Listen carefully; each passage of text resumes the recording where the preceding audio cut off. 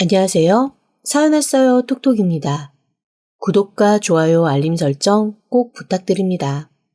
그럼 오늘의 이야기 시작해 보겠습니다. 어서 가! 뒤돌아보지 말고 뛰어!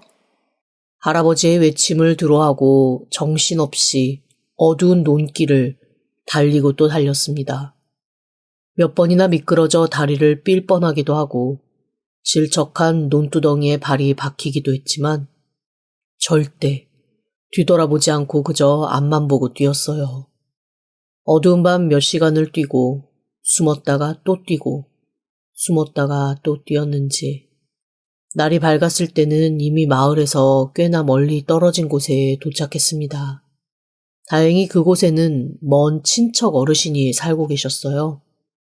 있는 대로 흙투성이가 되어 새벽녘 문 앞에 서 있는 저를 보고 친척 어르신은 처음에 귀신 본 듯 놀라 털썩 주저앉으셨지만 곧이어 정신을 가다듬고 저를 집 안으로 들여 씻고 밥을 먹게 해주셨죠.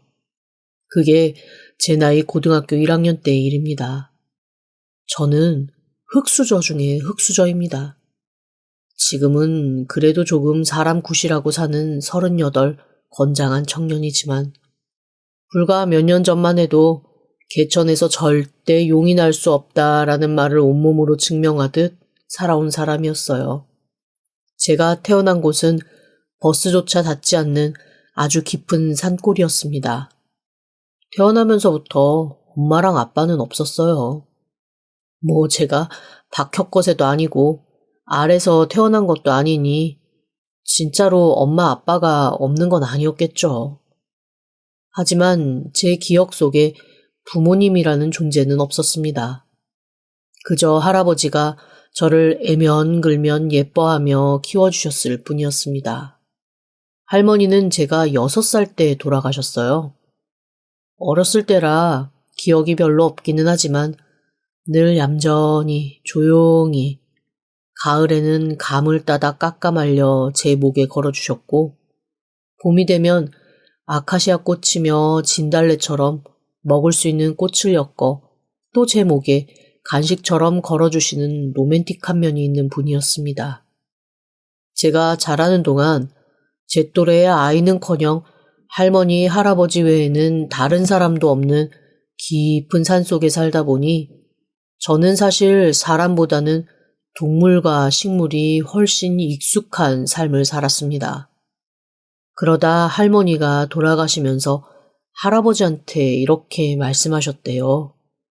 쟤를 언제까지나 이렇게 짐승들 사이에서 금수처럼 키울 거요. 당신도 약초꾼 생활 접고 그만 마을로 내려가. 은둔 생활 나랑 이만큼 했으면 됐잖아. 더 이상 여기서의 지 이름 석자도 못 쓰는 무지랭이로 키우지 말고 다 포기하고 이제 그만 마을로 가소. 할머니의 마지막 그 말을 듣고 할아버지는 오래 고민하신 끝에 저를 업고 약초들을 모두 정리해서 4일에 걸쳐 걸어서 6시간 정도 걸리는 마을로 내려왔습니다. 그동안 1년에 2번 약초 팔 때만 할아버지 얼굴을 봤던 동네 사람들은 할아버지가 아이를 하나 데리고 나타나니 귀신 본 듯 놀라셨다고 해요. 그리고 그때부터 저에게는 신세계가 펼쳐졌습니다. 물론 도시에 사는 다른 사람들이 봤을 때는 그것도 시골 중에 깡시골이었겠지만 저는 바퀴로 굴러가는 오토바이나 자전거를 보는 것도 완전 신문물이었거든요. 그렇게 호적조차 없었던 제가 7살에 비로소 호적을 갖게 되고 학교도 다니게 되었습니다. 그런데 나름 머리가 나쁘지는 않았나 봐요. 제가 공부를 꽤 잘했거든요. 비록 전교생 다 합쳐봐야 4명밖에 안 되는 곳에서도 저는 늘 두각을 나타냈습니다. 저보다 3살 많은 형들보다 산수 문제 푸는 것도 훨씬 빨랐고 선생님이 읽어주시는 책을 보고 한글도 3달 만에 마스터하고 책을 달달 외웠으니까요.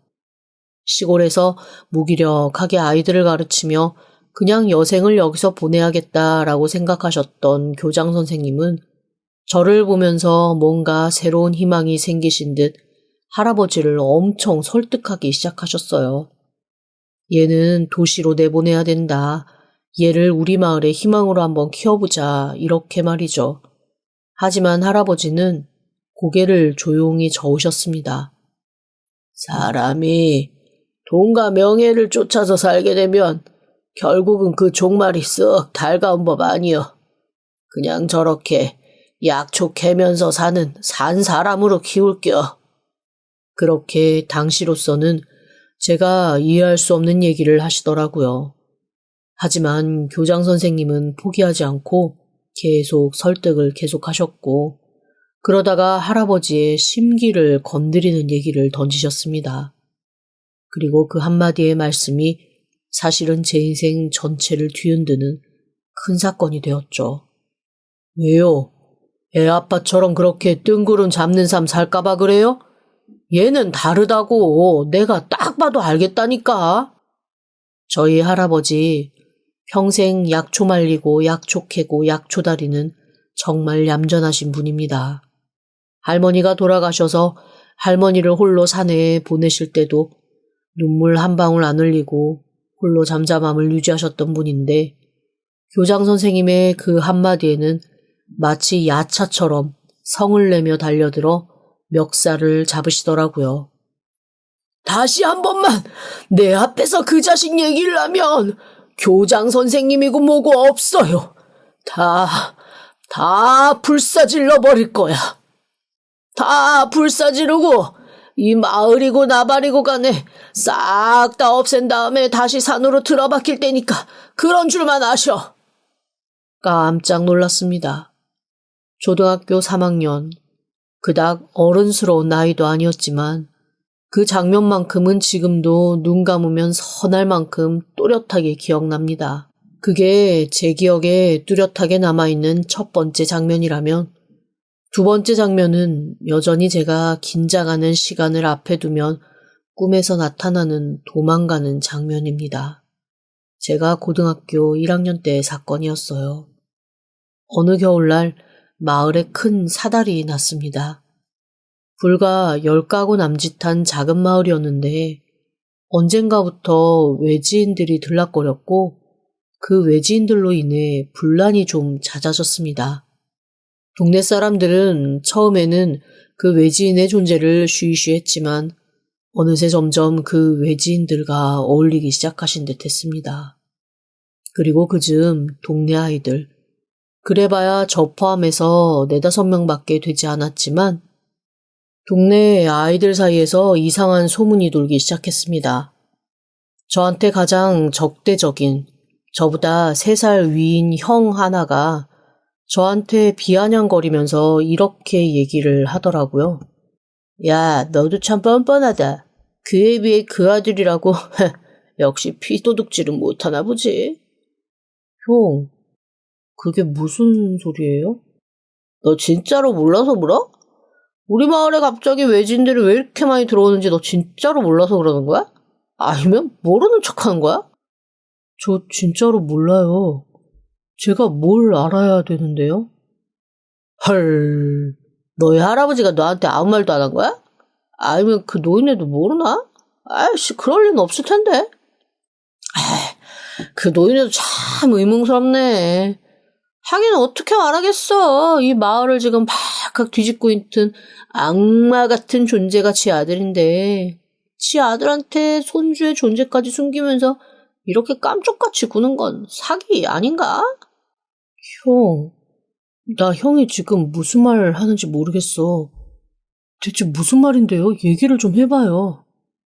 가족 간의 일은 가족 간에 알아서들 하세요. 그렇게 비아냥거리는 소리를 뒤로하고 저는 그대로 집으로 달려와 할아버지를 찾았습니다. 할아버지는 퀭한 눈으로 무언가를 주섬주섬 챙기며 집 밖을 나갈 준비를 하시더라고요. 그런 할아버지를 붙잡고 꼭 할아버지에게 묻고 싶은 게 있다고, 궁금한 게 있다고 얘기하자 할아버지의 눈빛이 흔들리며 지금 급하게 나가봐야 된다며 제 손을 뿌리치시는 겁니다. 뭔가 좀 이상했습니다.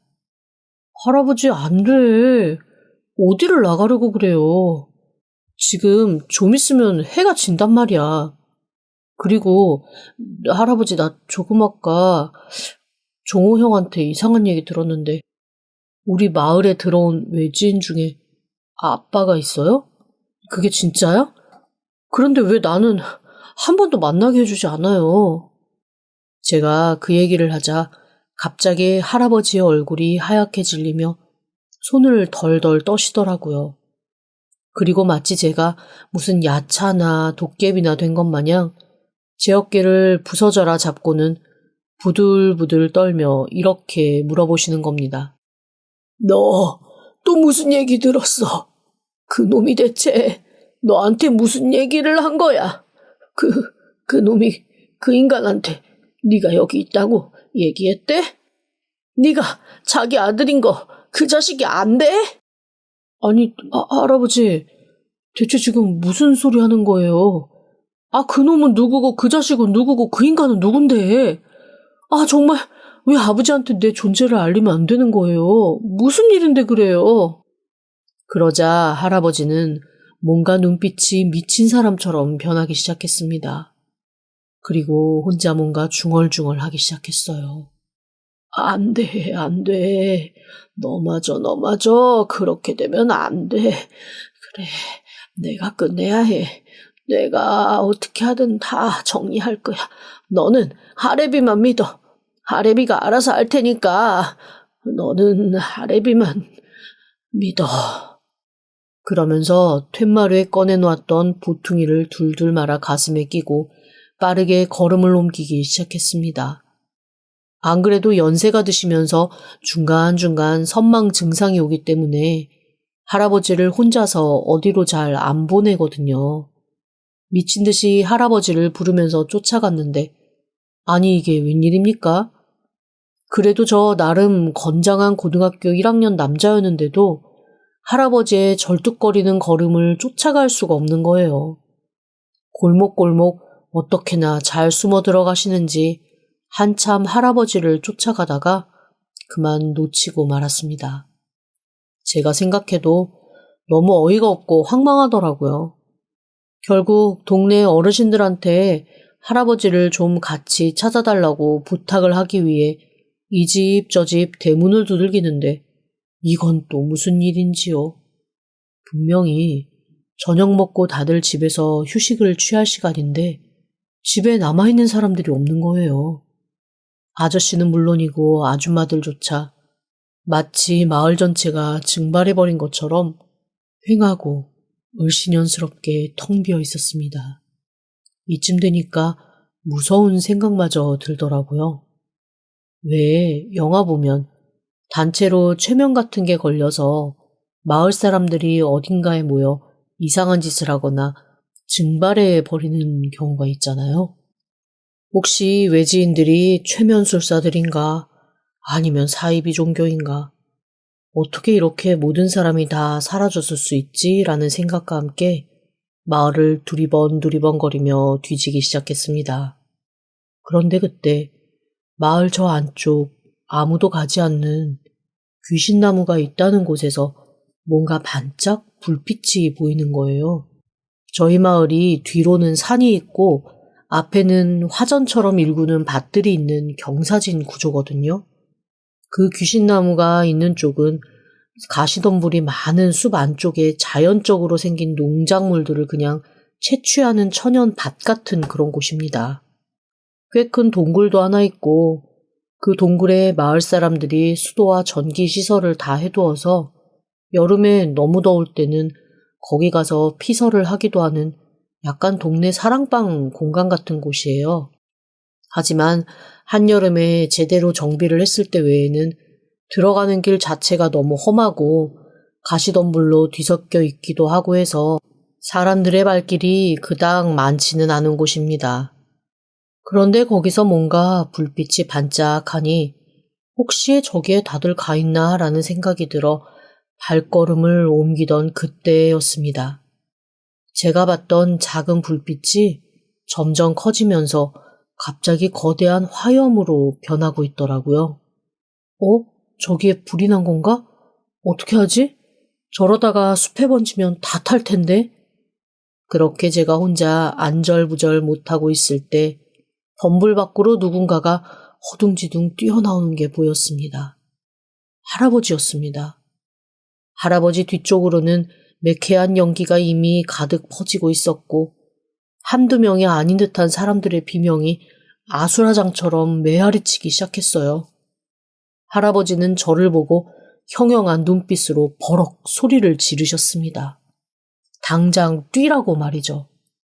다시는 이곳에 발도 들이지 말고 절대 뒤도 돌아보지 말고 그대로 뛰어서 할아버지가 예전에 알려준 바 있던 당숙 삼촌네 집까지 무조건 뛰라고 하셨습니다.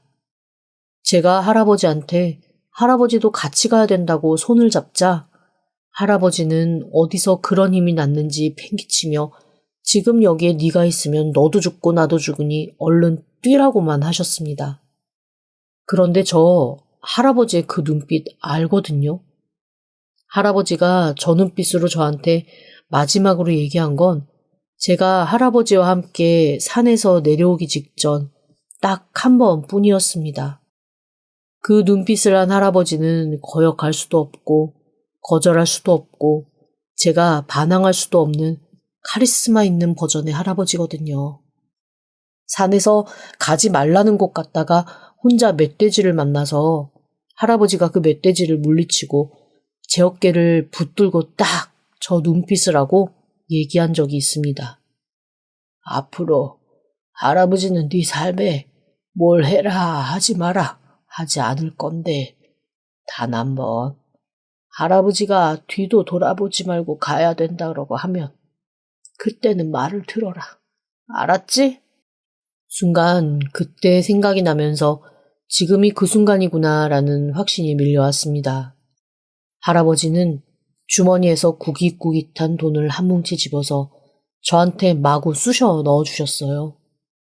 대체 할아버지한테 이 많은 5만 원짜리가 어디서 나온 건지 물어보고 싶었지만 그런 걸 물어볼 시간조차 없었습니다. 무조건 뛰라고만 하셨고 연기는 점점 거세졌습니다. 그리고 자욱한 연기 사이로 밖으로 빠져나오지 못하는 사람들이 비명소리가 가득했고요. 신고도 할아버지가 할 테니 너는 무조건 뛰라는 말만 듣고 뛰었습니다. 그렇게 아침 무렵 도착한 친척 집에서 저는 황망한 소식을 듣고 말았어요. 밤새 원인을 알 수 없는 산불로 저희 마을이 전체 다 전소되었고 살아남은 사람이 없다는 소식이었습니다. 뉴스에서는 한 마을에 그 10명이 넘는 사람들이 화마로 숨졌는데도 그거를 심각하게 다루지 않더라고요. 하다못해 제가 그 자리에 있었고 저희 할아버지가 연관되어 있는 것 같다고 경찰에 직접 가서 얘기를 했는데도 아무도 제 말을 믿어주지 않았습니다. 당숙 어른도 이제 그만 들고 파라며 할아버지가 그러신 이유가 있을 거라며 그냥 잊고 제 삶에 집중하라는 말뿐이셨습니다. 뭔가 알고 계신 듯 했지만 입 꾹 다물고 절대 말 안 해주시더라고요. 그냥 간단하게 마을 사람들이 한 곳에 모여 있다가 목숨을 잃었다 정도로만 하시는 겁니다. 분명 그때 할아버지 얼굴, 그 다음에 마을 사람들이 모여있던 장소, 그 모든 게 저한테 숨겨진 것이 있다는 확신이 들었음에도 아무도 거기에 대해서 알려고 하지도 알아보려고 하지도 않았습니다. 그리고 친척 어르신 역시 저한테 자기네들도 사정이 별로 좋지 않아 오랫동안 저를 돌볼 수는 없다며 일단 학교만 졸업하고 아르바이트해서 기본적으로 살 집만 마련하면 나가줬으면 좋겠다라고 하시더라고요.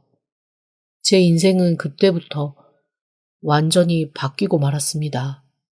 그나마 한 가지 다행인 건 마침 밖으로 출타했던 그 교장 선생님과 간신히 연락이 닿아 학교는 어떻게 제대로 마무리할 수 있었다는 거예요.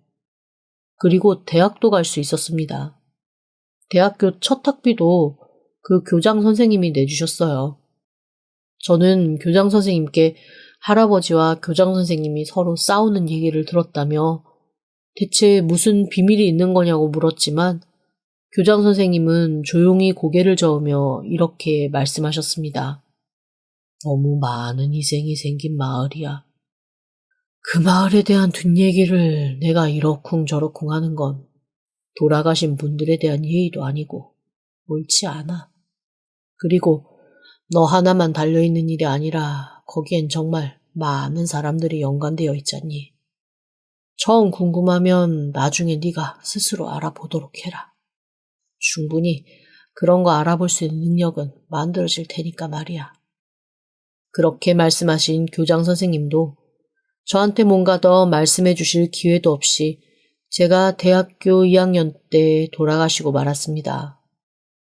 그 이후로는 정말 생존 그 자체로 열심히 살았어요. 어떡하든 살아남아야 하니 닥치는 대로 아르바이트도 하고 일도 하고 장학금을 받기 위해 고군분투했죠.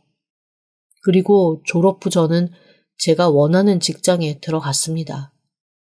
누구보다 좋아하실 할아버지에게 직장에 들어갔다고 얘기를 하고 싶었지만 어쩐지 할아버지가 돌아가신 그 일을 제가 해결하지 못하면 할아버지가 좋아하시지 않을 것 같다는 생각도 들었어요. 2년 정도 직장 생활을 한 후 저는 또 다른 기회가 생겨 다른 직장으로 옮길 준비를 했습니다. 사실 옮긴 직장에서 제가 뭔가 제대로 해내야만 앞으로 많은 것이 달라질 수 있을 것 같다라는 생각에 부담감이 좀 있었나 봐요. 수년간 꾸지 않았던 제가 도망치던 날의 그 꿈을 그날 딱 출근하는 첫날 꾸게 되더라고요. 그렇게 10수년 만에 도망 나오던 날 할아버지 꿈을 꾸고 회사에 들어갔습니다. 회사의 분위기는 몹시 삭막했어요. 일단 덩치들이 다 곰처럼 큰 사람들이 가득했습니다. 언뜻 보면 조폭이나 헬스 트레이너들이 모여있는 듯한 그런 회사가 아닐까라는 생각이 들 정도로 왜소한 사람은 물론이고 평균 체형인 사람들도 없을 정도로 덩치들만이 가득했습니다. 그곳에서의 제 일은 말 그대로 잡일이었습니다. 제가 왜냐고 묻는 것을 제일 싫어하더라고요. 시키는 일만 하라는 거였죠. 저는 주로 인터넷으로 항공 지도를 보고 산속에 숨어있는 작은 집을 찾아내는 일을 했습니다. 그런 집들을 쭉 찾으라는 지령이 떨어졌거든요. 제가 어떤 기준으로 찾냐는 말에 길은 외길이고 산속에 비닐하우스 같은 거 하나 정도 있는 소위 말해 자연인이 살 법한 그런 집을 찾으라는 거였습니다. 그렇게 집을 찾은 후에는 직접 그곳에 가서 답사를 하고 사진을 찍어오라는 게 그 다음 저한테 주어진 일이었습니다. 한두 달 정도 충실히 군소리 없이 회사 차도 아닌 제 차를 끌고 다니며 여기저기 답사를 다녔고 그렇게 모은 자료를 하나하나 전달할 때마다 그 사람들은 일 잘하는 사람 들어왔다고 몹시 뿌듯해 하더라고요. 그렇게 6개월이 지났습니다. 6개월이 지난 어느 날 회사 사장님이 저를 부르시더라고요. 우리 회사 들어온 지 6개월 정도 됐나? 네, 그렇습니다만. 1년치 돈 줄 테니까 오늘까지만 나오고 이제 그만 나와. 청천벽력 같은 소리였죠. 저는 눈을 꿈뻑이며 사장님께 여쭤봤습니다. 그게 무슨 소리세요? 오늘까지만 나오라뇨. 왜 그러시죠? 제가 뭐 잘못했나요? 시키는 일 다 했잖아요. 제가 꼬치꼬치 캐묻자 사장은 버럭 성을 냈습니다. 한 대 칠 것처럼 위협적으로 나오더라고요. 에이씨, 그만 나오라면 그만 나오지 왜 이렇게 말이 많아. 이제 더 이상 우리가 회사를 운영을 안 할 거라고. 우리가 필요한 건 다 끝났다고. 그렇게 버럭 소리를 지르며 사장님은 위협적으로 책상 위에 있는 물건을 저한테 휙 던졌습니다. 나무로 된 둥근 문진이었습니다. 가볍게 사장님이 던진 문진을 탁 손으로 받아냈죠. 정말 다행인 게 크리스탈이나 쇠로 만들어진 문진이 아니라 그나마 나무로 만들어진 문진이라 손이 부러지진 않았습니다. 제가 문진을 받아내는 걸 보고 사장님 눈이 화등잔만하게 커지며 휘둥그레해지더라고요. 저는 문진을 포도알처럼 손에서 살살 굴리며 사장님께 이렇게 말씀드렸습니다. 그렇군요. 안 그래도 3일쯤 뒤에 사표를 내려고 하긴 했는데 뭐 그만 나오라고 하시니 저 오늘부로 이 회사 사장 제가 하겠습니다. 제 얘기를 듣고 사장님이 어이없다는 듯이 피식 웃으며 저한테 미쳤냐고 하더라고요. 저는 미치지 않았다며 어디론가 전화를 걸었습니다. 그리고 전화를 끊고 얼마 되지 않아 바깥에서 시끄러운 소리가 들렸습니다. 이게 뭐야 라는 소리와 함께 묵비권 행사에 대한 고지가 난무하고 물건이 부서지는 소리에 도망가다 잡히는 소리까지 사장님이 멍한 얼굴로 눈을 대굴대굴 굴리기 시작하더라고요. 이게 대체 무슨 상황인가 싶었겠죠. 왜요? 이게 뭔가 싶어요? 눈치가 없으시네 우리 대표님. 밖에서 들리는 소리 딱 들으면 누가 쳐들어왔는지 느낌 오잖아요. 그리고 내가 여기서 이러고 있는데 누구겠어요? 그제야 사장님은 당황함을 감추고 저한테 정체가 뭐냐고 고래고래 소리를 지르시더라고요. 저요? 검사죠. 또라이라고 불리는 검사. 머리보다 몸 먼저 쓰는 검사. 딱 보면 모르겠어요? 조직적으로 움직이는 불법 도박단 찾아서 들어온 거잖아요. 에이, 왜 모르는 척하고 그러십니까? 이 도박단이 어떻게 움직이는지, 도박할 곳을 어디에 세팅하는지 알아내기 위해 위장 취업한 건데 아직도 모르겠어요? 호랑이 잡으려고 호랑이 굴 들어온 건데. 안 그래도 조만간 한번 뒤집어 엎어야지 했는데 그게 오늘이 될 줄은 저도 미처 몰랐네요. 사장님이 황망한 얼굴로 저를 바라봤고 회사는 순식간에 탈탈 털렸습니다. 그리고 저는 깨끗하게 비어진 사무실을 보며 혼잣말로 조용히 할아버지를 불렀습니다. 네, 저 검사입니다. 그리고 이 회사는 정말로 할아버지와 할아버지가 애써 숨기신 그 비밀을 홀로 캐다가 발견한 모든 비밀의 시작이자 끝이었죠. 이 조직에 저희 아버지가 몸담은 적이 있으시더라고요. 그것도 꽤 높은 사람으로요. 거의 범죄 조직에 가깝게 도박단을 이끌었던 아버지가 저를 낳고도 마음을 못 잡는 걸 보고 할머니 할아버지는 아들과의 인연도 끊고 저를 데리고 산으로 들어가셨던 겁니다. 하지만 저한테 언제까지나 문명과 끊어진 생활을 하게 할 수 없으니 다시 마을로 나갔고 그곳에서 도박장을 꾸리려고 기신기신 기웃거리던 아버지를 보신 거였어요. 할아버지는 저한테 좋은 영향을 줄 것 같지 않아 아버지에게 끝까지 제 존재를 숨기고 아예 마을에서 아버지를 아는 척도 하지 않았다고 했습니다. 오래전 아버지가 학교 다닐 때 잠깐 가르친 적이 있었던 교장 선생님만이 아버지와 할아버지 그리고 제 관계를 아는 사람이었던 거죠. 할아버지의 부탁으로 교장 선생님도 침묵을 선택하긴 했지만 동네 형 때문에 모든 것이 밝혀질 위기에 처하자 정신이 오락가락하셨던 할아버지가 도박장에 불을 내버리신 거였습니다. 방법이 옳진 않았지만 그게 할아버지가 저를 보호하는 방법이었던 거죠. 그리고 그 도박장에는 아버지뿐 아니라 도박으로 그동안 모았던 돈을 다 날리기 시작한 동네 사람들, 그리고 경찰이 오랜 시간 검거하려고 했던 수많은 도박꾼들이 있었던 모양입니다. 인명사고가 크게 난 사건인데다가 불법 도박이 얽혀있는 것이니 다들 쉬쉬하며 적당히 처리하려고 했었던 거였죠. 저는 이 모든 비밀들을 어떡하든 밝히고 싶어 법대를 갖고 공부를 하는 내내 할아버지가 저를 키워주셨던 마을을 탐문하고 그 주변을 계속 나름대로 수사를 하면서 정보를 모아왔습니다. 그리고 결국 그 시작이 되었던 조직의 존재를 알게 된 것이죠. 제대로 뿌리 뽑기 위해서 그 안에 몰래 침투를 했던 거였어요. 아니다. 어떡하든 그 조직을 일망타진하고 싶은 게 제 인생의 유일한 목표였거든요. 결국 저는 할아버지의 평생 소원이셨을지도 모를 악의 구렁텅이를 소탕하는 데 성공했습니다.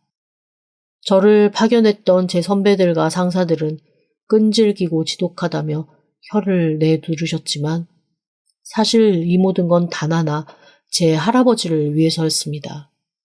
할아버지는 정말 최선을 다해 저를 보호하신 거였으니까요. 앞으로도 저는 불법 도박장 소탕을 위해 다양한 방법으로 수사를 하고 잠복을 하고 침투를 하려고요. 그래야 하늘나라 계신 할아버지가 자랑스러워 해주실 것 같거든요. 지금까지 들어주셔서 감사합니다. 구독과 좋아요, 알림 설정은 사연 왔어요 톡톡에게 큰 힘이 됩니다. 지금 바로 구독 부탁드립니다. 그럼